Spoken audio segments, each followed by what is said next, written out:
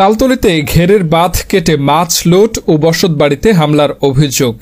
বরগুনার তালতলীতে জমি সংক্রান্ত বিরোধের জেরে ভেকু মেশিন দিয়ে ঘেরের বাঁধ কেটে মাছ লুট ও বসতবাড়িতে হামলার অভিযোগ উঠেছে। এতে প্রায় ১.৫ কোটি টাকার ক্ষয়ক্ষতি হয়েছে বলে জানিয়েছেন ভুক্তভোগী। গতকাল শুক্রবার ৯ আগস্ট সন্ধ্যা ৬টার দিকে উপজেলার নিশানবাড়িয়া ইউনিয়নের মেনিপাড়া গ্রামে এ ঘটনা ঘটে। স্থানীয় সূত্রে জানা গেছে, উপজেলার নিশানবাড়িয়া ইউনিয়নের মেনিপাড়া গ্রামে ৬ একর জমি নিয়ে মাছের ঘের করেন সুহেল রানা। তিনি গত ৫ বছর ধরে ওই ঘেরে মাছ চাষ করে আসছেন। ওই ঘেরের মালিকানা দাবি করছেন একই গ্রামের আল আমিন মৃধা, জসিম হাওলাদার, খলিল হাওলাদার, জয়নাল ও সোলাইমান মৃধা।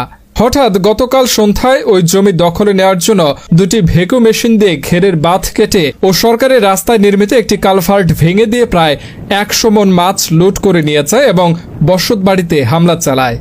ঘের মালিক সুহেল রানা বলেন, গতকাল শুক্রবার সন্ধ্যায় আমার মাছের ঘেরটি দখলে নেওয়ার জন্য ২০-২৫ জন লোকের একটি দল দেশীয় অস্ত্র সহ আমার বসতবাড়িতে হামলা করে এবং দুটি ভেকু মেশিন দিয়ে আমার ঘেরের বাঁধ কেটে প্রায় ১০০ মণ মাছ লুট করে নিয়ে যায়। এতে আমার প্রায় ১.৫ কোটি টাকার ক্ষয়ক্ষতি হয়েছে। এ বিষয়ে অভিযুক্ত খলিল ও আল আমিন মৃধা বলেন, ওই ঘেরের ভিতরে আমাদের জমি রয়েছে, তাই আমাদের জমিতে আমরা গিয়েছি। তারা আমাদের বিরুদ্ধে মিথ্যা অপপ্রচার চালাচ্ছে।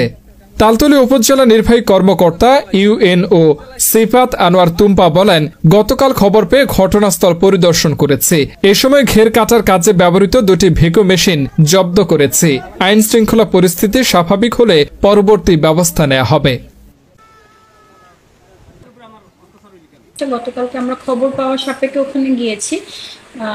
যাওয়ার পরে কাজগুলো বন্ধ করেছি। ভেকুটা জব্দ না, ভেকুটা ওখানে স্থানীয় চৌকিদারের জিম্মায় দেওয়া হয়েছে। পরবর্তী এটার কোনো সেটেলমেন্ট না হওয়া পর্যন্ত, যেহেতু ওই জায়গাটা একটা নিষ্কণ্টক না, ওই জায়গাটা নিয়ে উচ্চ আদালতে মামলা চলমান আছে, যতদিন না ওই মামলার কোনো নিষ্পত্তি হয় ততদিন আপাতত ওই জায়গাটায় কোনো ধরনের কাজ করা হবে না।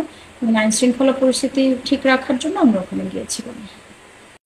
এটা হচ্ছে আমার একটা মাছের ঘের। হ্যাঁ, তো এটা গত প্রায় ১ মাসের মতো হয়েছে, একটু বেশি হয়েছে। আরো একবার হামলা করছিল ওরা। ওই আলামিন, জসিম, একটা গ্যাং আছে, এই গ্যাং তো কেটে দিছে। তখন আমার প্রায়, আমি দ্রুত বিচার আইনে মামলা করছি, তখন প্রায় ৬০ লক্ষ টাকার মতো মাছ আমার পানিতে ভেসে গেছে। তখন ওরা আমাকে ওই যে চাঁদাবাজির দাবি করছে, তারপরে ওই যে খুনের হুমকি দিছে। এই নিয়ে মামলা প্রক্রিয়াধীন আছে, তদন্ত প্রক্রিয়াধীন আছে থানায়। এরপরে এই যে দেশে যে একটা বিশৃঙ্খলা পরিস্থিতির সৃষ্টি হয়েছে, এই সুযোগটা নিয়ে ওরা গত পরশুদিন থেকে আমার এই ঘেরে ধ্বংসযজ্ঞ চালানো শুরু করছে। এখন তো দেশে কোনো প্রশাসন নাই। এই মুহূর্তে আমরা যদি হামলা করতে পারি তাহলে আমরা সবকিছু পুরো আমাদের দখলে নিয়ে নিতে পারবো। এই করে পরশুদিন ওরা কি করছে, প্রায় ১ থেকে ১৫০ মানুষ আসছে, এসে আমার ঘেরে অনুপ্রবেশ করে এরা বড় জাল নিয়ে আসে, জাল টেনে, তারপরে যে জাহিজাল বলে, জাহিজাল মেরে প্রায় ১০০ মণের উপরে মাছ ওরা ধরে নিয়ে গেছে। বস্তা ভরে, এই যে প্লাস্টিকের ড্রাম ভরে, বিভিন্নভাবে গাড়িতে ভরে, মোটরসাইকেলে করে, বিভিন্নভাবে এলাকার মানুষ সবাই দেখছে তাকাই থেকে। আমার এলাকার মানুষ কিছু বলার নাই, সবাই অসহায় অবস্থা। তাদের ভাড়াটিয়া সন্ত্রাসী নিয়ে আসে, অস্ত্র শস্ত্র সহ আমাদের আসলে জিম্মি করে ফেলছে। আমরাও বের হইতে পারিনি যে আমরা একটা ছবি তুলবো, সেই পর্যন্ত আমাদের সুযোগ দেয় না। তো পরশুদিন অবস্থা ছিল এরকমের। হ্যাঁ, পরশুদিন একটা ভেকু নিয়ে আসছে, নিয়ে এসে ভেকু থেকে এখান থেকে আমার এই কালভার্ট ভেঙে ফেলছে, সরকারি কালভার্ট, সরকারি রাস্তা ভেঙে এখান থেকে খালের সাথে মিলাই দিছে। আমার ওই মাছ ধরার পর যে মাছ ছিল, এই গত পরশুদিন থেকে এই পর্যন্ত পানি উঠছে, নামছে, জোয়ারের সাথে মাছ সব নেমে গেছে। হয়তো কিছু মাছ অবশিষ্ট থাকতে পারে কিনা জানি না আমি, কি আছে।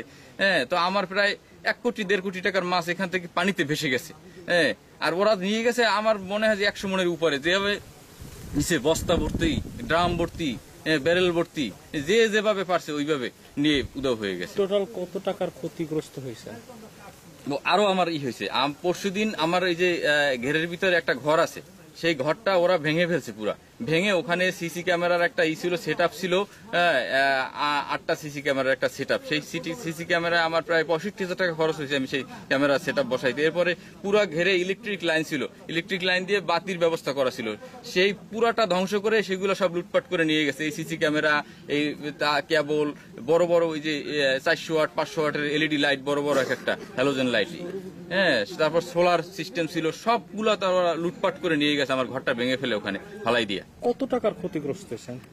ক্ষতির হিসাব করলে টোটাল আমি ধরেন ওই আমার যে ঘর ছিল ওখান থেকে প্রায় ঘরের মূল্য সহ প্রায় ওখান থেকে 2.5 থেকে 3 লক্ষ টাকা গেছে আমার ওই ঘর থেকে।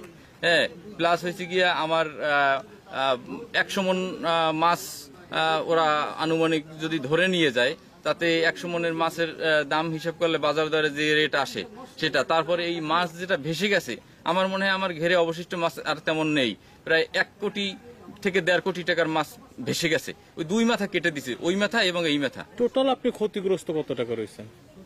এই আমি তো যোগ বিয়োগ আসলে করি না। আনুমানিক এবারের এই ঘেরটা আমরা নিজেরা করছি। আমাদের এই জমি এবং ঘের আমরা যুগ যুগ ধরে বুক দখলে আছি আমাদের বৈধ কাগজপত্র নিয়ে। কিন্তু এই যখন এই আলামিন, খলিল, জসিম মেম্বার সহ তাদের সন্ত্রাসীরা তারা অন্যায়ভাবে লাভবান হওয়ার জন্য ঘের দখল করার পায়তারা চালাইছে এবং তার 8 তারিখ হইতে এখানে আইয়াম সন্ত্রাসী কায়দায় 150 লোক ক্ষমতার মহড়া দিয়া এই বিভিন্ন কায়দায় আমাদের ভয়ভীতি দেখাই আমাদের জিম্মি করিয়া প্রায় 100 মনের উপরে মাছ ধরে নিয়ে গেছে। ঘর ভাঙে ফেলাইছে, ঘরের মধ্যে যে আসবাবপত্র এবং বিভিন্ন রকম ক্যামেরা ছিল এগুলো নষ্ট করে ফেলাইছে, বাঁধ কাটতে ফেলাইছে। এখন আমরা অভিভাবকহীন, প্রশাসনিক অভিভাবকহীন অবস্থায় পড়ছি। আমাদের কোনো নিরাপত্তা নাই, জানমালের কোনো নিরাপত্তা নেই, আমরা নিরাপত্তাহীনতায় ভুগছি। আপনাদের মাধ্যমে আমাদের অনুরোধ, যাদের ঊর্ধ্বতন কর্তৃপক্ষ আছে তারা যেন আপনাদের মাধ্যমে আমাদের সহায়তা দেয়, এই আমি অনুরোধ জানাচ্ছি। ভাই বিগত অন্তত 20 বছর পর্যন্ত এই ঘেরটা করে, 20 বছর পর্যন্ত করে। তা আমরা ওই থেকে আমাদের এই জমাজমি আমার বাবার সম্পত্তি, আমাদের বাপসাসার সম্পত্তি, আমরা এই ঘেরটা আমরা করি। কিন্তু এই গত বছর হইতে এই গেড্ডার উপর ওই মাছটাস এই আমার ভাই ছেলে ইয়ে হালাইছে, বর্মেয়ার আমার ছোট ছেলে। আমাদের ফ্যামিলির হইলো এই সময় এই করোনার সময় আমাদের 3টা লোক মারা গেছে আমাদের এই এক ফ্যামিলি থেকে। আমার বড় ভাই ছেলে, বড় ছেলে, তারপর আমার বড় ভাবি, আমার আপন বোন আমার বাড়ির কাছে 3টা লোক মারা গেছে 1 মাসের ভিতরে। আমরা সেই দিকেই আমরা অসহায়, আমরা মনের দিক দিয়ে দুর্বল। কিন্তু এই দুর্বলের পিছনে এই গেড্ডা করে ওরা। এর আগে থেকেই বিভিন্ন সময় সোহেলের টাকা পয়সা দিবি, বিভিন্ন চাঁদা টাদা বিভিন্ন সময় বললে আইছে। সোহেল কইছে আমার দ্বারা এই অবস্থা কাকা। আমি পরে এই পরশুদিন আসিয়া ওরা হঠাৎ করে সকালবেলা অন্তত 130 থেকে 50 জন লোক, 1 থেকে 150 লোক আসিয়া নামি হঠাৎ করে এই জাল টাল দিয়ে মাছ টাছ ধরে আমাকে ঘরে উঠেই দিয়েছে। আমরা দেই নামলে আমরা তো আমরা 2-1 জন আমাকে মারি হেলাইবে। আর অবস্থাটা, দেশের অবস্থা তো আসলে কি অবস্থাটা সকল মানুষ জানে। আমরা বাইরে পাও দেওয়ার মতো আমাদের কোনো শক্তি ছিল না যে আমরা জানাবো। কোনো প্রশাসনে আমরা তালতলি ওসি সাহেবের ফোন দিছি, সে বলছে আমরাও নিরুপায় এখন। আমাদের যাওয়ার মতো বাইরের মতো কোনো শক্তি নেই। আমার নিজে ওসির সাথে কথা হয়েছে। এরপরে ইউনো স্যারের গতকালকের ইউনো স্যারে আর কি দেশে ওরা মাস্টার ধরে নিয়ে গেছে, আমরা মনে করছি এই শেষ।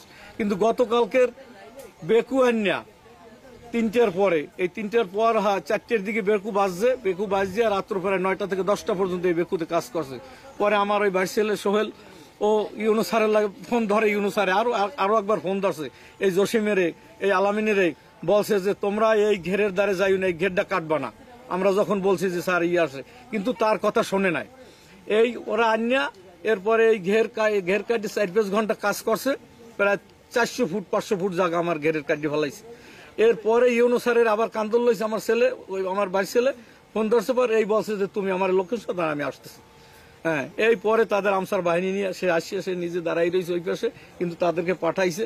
ওরা ওই গাড়ির শব্দ পাইয়ে ওরা দৌড়ে বিভিন্ন ছত্রভঙ্গ হয়ে গেছে, পায় নাই। আর আমাদেরকে আসছে বাড়ি থেকে বাইর করছে, আমরা বাইরে তাদের সাথে। এরপর সে অনেক কথা শুনছে। এই জসিম মেম্বারের আন্তরে পাঠাইছিল, জসিম মেম্বার পাইছিল যাইয়ে, কিন্তু জসিম মেম্বার পলাই চলে গেছে। তার ড্রাইভারে পাঠাইছিল, তার ওয়াইফেরও নিয়ে আসছিল। তার ওয়াইফেরে বলছে যে এই এত বড় ঘটনা ঘটায় কেন তোর স্বামী? বিভিন্ন তার বিরুদ্ধে বিভিন্ন অভিযোগ আছে।